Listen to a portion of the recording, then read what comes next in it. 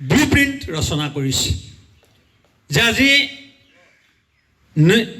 দৈনন্দিন বিভাজ্য সামগ্ৰীৰ মূল্য বৃদ্ধিৰ জৰিয়তে ৰাইজক কোঙা কৰিছে। তাৰপিছত কিন্তু এই স্মাৰ্ট মিটাৰৰ জৰিয়তে যে জনসাধাৰণৰ পৰা হাজাৰ হাজাৰ কোটি টকাৰ আচলতে ধন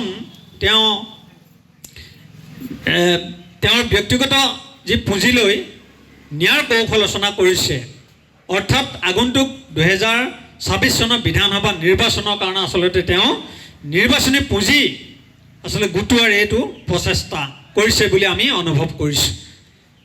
আজি গুজৰাটত প্ৰধানমন্ত্ৰী ডাঙৰীয়াৰ গৃহ ৰাজ্যত যদি এই মিটাৰ বন্ধ কৰিব লগা হ'ল, তেন্তে অসমত কিয় আজি অসমৰ জনসাধাৰণে ইমান প্ৰতিবাদ কৰাৰ পাছতো অসমৰ পৰা এই স্মাৰ্ট মিটাৰ কিয় উঠাই নিয়াৰ ক্ষেত্ৰত তেখেতে কোনো ধৰণৰ আজিলৈকে গুৰুত্ব প্ৰদান কৰা নাই। গতিকে আমি তেখেতক এই মুহূৰ্তলৈকে কিন্তু আমি গণতান্ত্ৰিকভাৱে শান্তি শৃংখলা অটুট ৰাখি আমি আমাৰ সংগ্ৰাম অব্যাহত ৰাখিছোঁ। আমি কৈ আছোঁ যে অসমৰ জনগণৰ, অসমৰ দল সংগঠনসমূহৰ আমাৰ সংগ্ৰামী সত্তাৰ কিন্তু ধৈৰ্য পৰীক্ষা কৰিবলৈ চেষ্টা নকৰিব। আপুনি ধৈৰ্য পৰীক্ষা কৰিবলৈ চেষ্টা নকৰিব। ইতিমধ্যে আমি মৰাণত কেইবাটাও এই সম্পৰ্কত কাৰ্যসূচী গ্ৰহণ কৰিছিলোঁ যে খিলঞ্জীয়াৰ অস্তিত্ব ৰক্ষাৰ লগতে স্মাৰ্ট মিটাৰ বন্ধৰ দাবীত। সেই সময়ত কিন্তু এইখন চৰকাৰে, হিমন্ত বিশ্ব শৰ্মাৰ চৰকাৰে প্ৰশাসনৰ জৰিয়তে দমনমূলক নীতি প্ৰয়োগ কৰি আচলতে এই সংগ্ৰামখন মষিমূৰ কৰিবৰ কাৰণে ভয় ভীতি প্ৰদৰ্শন কৰিবলৈ আৰম্ভ কৰিছিল। পুনৰ এই খটখটি অঞ্চলত এখন সজাগতা সভা অনুষ্ঠিত কৰিছোঁ। ইতিমধ্যে কেইবাটাও কাৰ্যসূচী ৰূপায়ণ কৰিছোঁ, কিন্তু চৰকাৰ হওক বা বিভাগীয় কৰ্তৃপক্ষই কোনো ধৰণৰ গুৰুত্ব প্ৰদান কৰা নাই। গতিকে আমি গাঁৱে গাঁৱে, বাগিচা অঞ্চলে, নগৰে ভূঞে সকলোতে আমি সজাগতা সভাৰ জৰিয়তে মৰাণত পুনৰ এটা বৃহৎ আমি কাৰ্যসূচী ৰূপায়ণ কৰাৰ কথা ভাবিছোঁ। তাৰপিছতো কিন্তু চৰকাৰে আমাৰ স্মাৰ্ট মিটাৰ যদি বন্ধ ঘোষণা নকৰে, গতিকে আমি সেই পৰ্যন্ত আমাৰ এই সংগ্ৰাম গণতান্ত্ৰিকভাৱে অব্যাহত থাকিব। যিকোনো মূল্যৰ বিনিময়ত স্মাৰ্ট মিটাৰ বন্ধ হ'বই লাগিব। চৰকাৰ প্ৰশাসনৰ কোনো ভয়। আজি আমি এই স্মাৰ্ট মিটাৰৰ বিৰুদ্ধে আমাৰ যি সংকল্প, যেতিয়ালৈকে স্মাৰ্ট মিটাৰ উঠাই নিদিব তেতিয়ালৈকে আমাৰ আন্দোলন চলি থাকিব। আৰু সেয়ে আজি আমি ৰাইজক লগত আলোচনা কৰিবৰ কাৰণে, ৰাইজৰ লগত মুখামুখি আলোচনা কৰিবৰ কাৰণে আজি আমি মৰাণৰ খটখটি পাই প্ৰথমখন ৰাজহুৱা সভা আৰম্ভ কৰিছোঁ।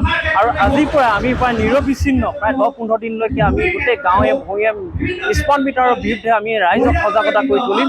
আৰু ইয়াৰ পিছত আমি মৰাণত এখন বিশাল গণসমাৱেশ আয়োজন কৰা যি আমাৰ পৰিকল্পনা, সেই পৰিকল্পনা আমি বাস্তৱত ৰূপায়ণ কৰিম।